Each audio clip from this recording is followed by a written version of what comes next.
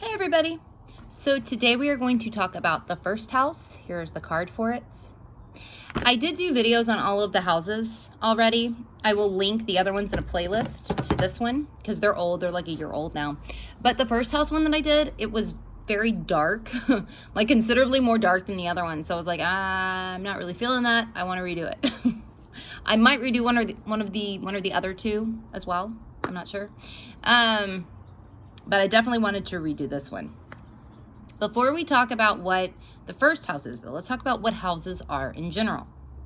So a house is where or what area of life something is being expressed through, right? So a planet is what energy needs to be expressed. The house is where or what area of life, and the sign is how. This is kind of how you synthesize everything together. So if we're talking about the first house, this is like the house of self.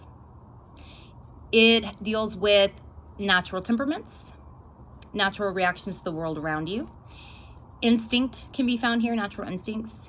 Self-discovery is another thing that can be found here. Early childhood too can be found here sometimes.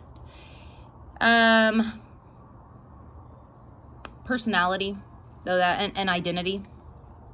This isn't the only place to look for identity, though. I would certainly look at other things in the chart too, like the sun and the chart ruler and all these, but this is a place for identity in the chart.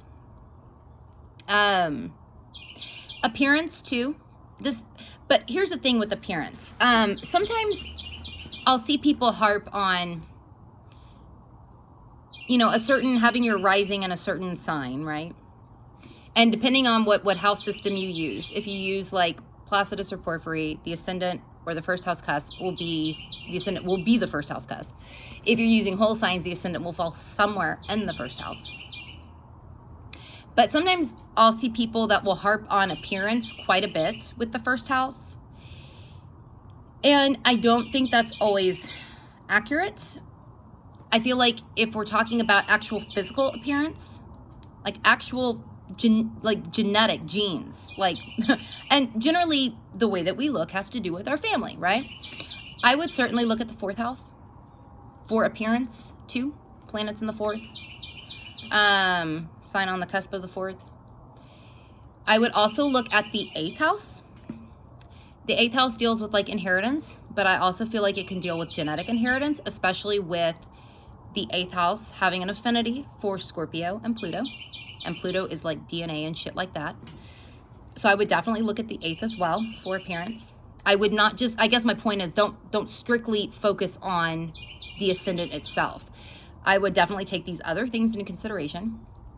And especially the chart ruler. I would certainly take where the chart ruler falls in the chart into consideration. Like I'll give you, for instance, my rising is in Sagittarius.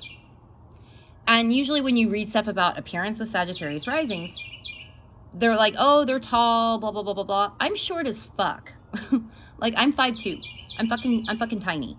So I'm not a tall person. Now, Jupiter is my chart ruler. Jupiter is retrograde. So that kind of makes sense that I would be shorter. But if you only looked at the rising, right? If you only looked at where my ascendant is, it might not totally make a lot of sense. May not. I do have Saturn very close to the ascendant, which can also do things with like bones, which deal with how tall we are. So there could be something there too with that, but I would definitely look at where the chart ruler is and what it's doing, what kind of condition it's in, to give you another idea about physical appearance. When I think of the first house, like appearance wise, I think of more like a vibe or an attitude or the way that you style yourself, right? I think of things that are less like genetic and more things that are like a style. I really do. Now planets conjunct the rising can sometimes do the actual appearance thing, especially say if like let's say you've got, I don't know, let's say you've got Libra on the cusp of the 4th house, and you have Venus, which is the planetary ruler of Libra, conjunct the rising. That, I feel like, definitely brings in more of a genetic appearance, or like family, you know, like the appearance that you get from your family into play, since you've got the 4th house bending to the 1st. It certainly could. But the planets being there, what needs to be expressed? I do find that can sometimes bring physical stuff into play with the 1st house, but usually I find it's still more of a vibe thing. Like again with Venus, you know, you'll see stuff online about people with Venus conjunct the ascendant and that they are beautiful and all this shit. And that very well can be true. I mean, I've certainly seen people with Venus conjunct the rising that are physically very pretty or handsome or what have you. But more often than not, it's what's needing to be expressed. Like Venus is harmony and elegance and things like that. So it still is even a vibe thing there too. So yeah, I just kind of want to throw that out there, that I wouldn't harp too much on strict appearance with the ascendant or with the 1st house. I would definitely take other things into consideration to try to figure out what somebody looks like. I don't really do this, though, to be honest, with astrology. I don't really care. But, I mean, not really. But I know that some people do, and that's why I bring it up. I do know some people do. Another thing to mention about the 1st house, planets conjunct the rising or just in the 1st house. Those planets are very front and center. Like some houses are more hidden away or more private. 4th house, 8th house, 12th house come to mind.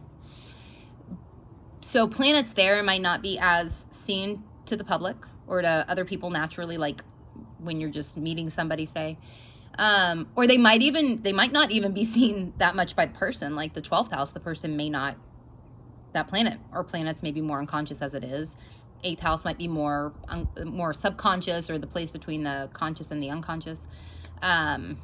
Whereas in the 1st house, planets in the 1st house are front and fucking center. So there's not a lot of hiding of those planets, even if you want to. There's not. So I guess that can be, depending on what else the chart looks like. Some people might really like that, that they can't hide certain things about themselves. And some people it might drive crazy. Like I know I've got a bunch of shit for instance, I got a bunch of shit in the 1st house, but I have my chart ruler in the 4th that's more private, and I have my sun in the 12th. So sometimes this drives me crazy. Sometimes I find it weird and kind of frustrating. But you know, if you're somebody who has planets in the 1st, but you don't have that kind of stuff going on, maybe you got more planets in like the 9th and the 5th, you might not mind that so much, you know, having so much front and center. It's always possible. I mentioned the chart ruler briefly, and I mentioned it in another video. Definitely want to take that into consideration here too, because whatever house the chart ruler falls in, or the planetary ruler of the 1st house or of the ascendant, whatever house that falls in, whatever planet that is, by sign, house, aspects made, will show what house your sense of self or the 1st house will bend or bestow its power or serve. So like, I don't know, let's say you've got your chart ruler, the planetary ruler of the ascendant, let's say you've got that in the 5th house. Your sense of self is going to bend or bestow power or serve your need to creatively express yourself, your need to take risks, your need to flirt and date and all that shit. You know, you can play with that a lot of ways, and you want to take the whole chart into account, but that's definitely something that you want to look at here for sure. I think that's probably pretty good.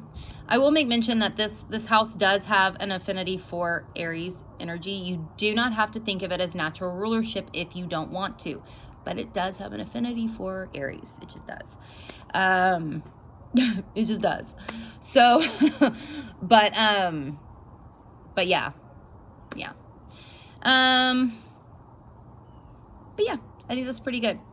But like I said before, I will link the other ones to the other house videos to this one, or make like a playlist and put the link in the description box. And I will also put a link in the description box where you can find me if you want me to read for you or want to check out some of my ramblings on shit or whatever. Or if you're interested in the fucking star cards because they're beautiful and very useful, I'll put where you can find them too.